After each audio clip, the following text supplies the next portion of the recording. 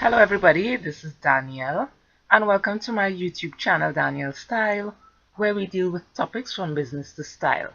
Today we're going to be discussing the Civil Asset Recovery and Management and Unexplained Wealth Bill 2019, which is being discussed right now in Parliament in Trinidad and Tobago.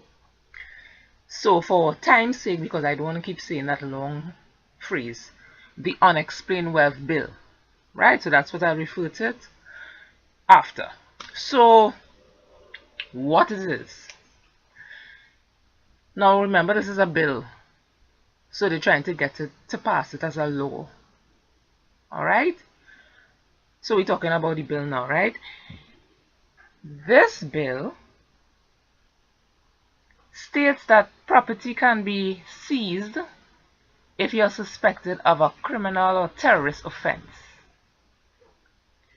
They can also seize property that someone wanted to use to commit a crime. So for example, bandits, their vehicle of choice is a teeter. So you are suspected of doing a crime, committing a crime. They can seize your teeter. This bill, when it is law, is retroactive. So if a family member, let's say your grandparent, committed an offense in the past, assets that you inherited from her, so like her house, your grandmother's house, that will be yours now because she passed away, that could also be seized. And this would have been a house that she got before she committed the crime. So if this is an asset that she bought before she committed whatever crime, it can still be seized. Now all of this was shared by the AG Faisal Rawi in Parliament, right? So he, of course, he wants it to be passed, so he's letting us know whatever and whatever. So he claims you have a right to a fair hearing. The court will listen to you. He also stated that people regularly employed with PAYE, also known as pay as you earn submissions, when you look at your payslip, you'll see PAYE, you will see what is coming out of your salary. He says those people, as long as you can easily show your earnings, you don't have to worry. He says the bandit on the corner, those types of criminal elements, visible criminal elements, will have to worry. This bill is intended to discourage corruption, gangs, and crime. He also said there will be a Civil Asset Recovery and Management Agency that will deal with seizing the assets. Customs officers, police officers, and the Director of Public Prosecutions, also known as the DPP, will be in charge of financial investigations. So they will be there digging up in your business, wondering how you got this car, why do you have 3 houses instead of 1, etc. So I have a list of arguments here. What about self-employed people?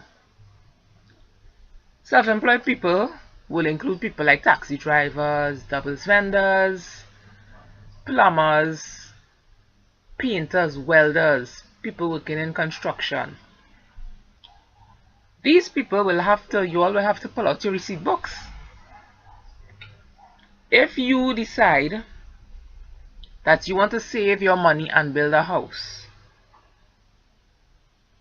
and somebody suspects that you are in some kind of underhand work, that means you could get your stuff seized, doesn't it?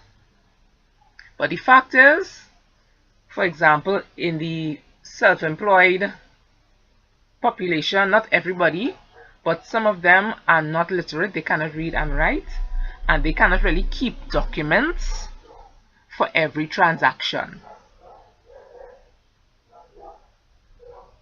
So the doubles vendor, they don't have a receipt book, they don't have a cashier a cash-in, whatever you call that, where they will give you a bill after you buy a doubles or 2 or 7. No, so how are they going to explain their wealth if being called upon? Another argument. Someone who is a criminal element or who is not can easily place their assets in somebody else's name. So here's my story. I know of somebody who sold a vehicle, but he was going through a divorce, so the vehicle was actually in his cousin's name. But legally and according to this bill, which may become law, that will be his cousin's car because he transferred it into his cousin's name. Right? So that's a quick way of avoiding all of that. If you have 7 houses and you can't explain how you can do 7 houses, you can put one house in your name and put the other houses, maybe 2 in 2 of your sister's names, 3 in cousins, and maybe the other 2 in your parents' names. Alright? He also stated, this is Mr. Al-Rawi, that customs officers and police officers and the director of public prosecutions will be in charge of financial investigations. We know that in every job position, I don't want to call, but I will call, police, fire, doctor, lawyer, teacher, every job description, every job title, we have people who accept bribes. And you hear who they say they will put it in charge of? Police officers, huh? Customs officers, huh? Alright. So my last argument is, what about the corrupt politicians? Now, I worked in regular places where certain people avoided scrutiny of their supervisors and superiors by receiving inside jobs where they will get extra money, getting days off where they wouldn't have to apply for the days, and by reporting on their colleagues although there was nothing to report, which is in my case. People were reporting on me, and the only thing they could have been reporting was, oh well, she had fried chicken for lunch. Yeah, it was as ridiculous as that. Just because people think that they won't have to do everything to keep their job, including being like that. So why am I bringing up that?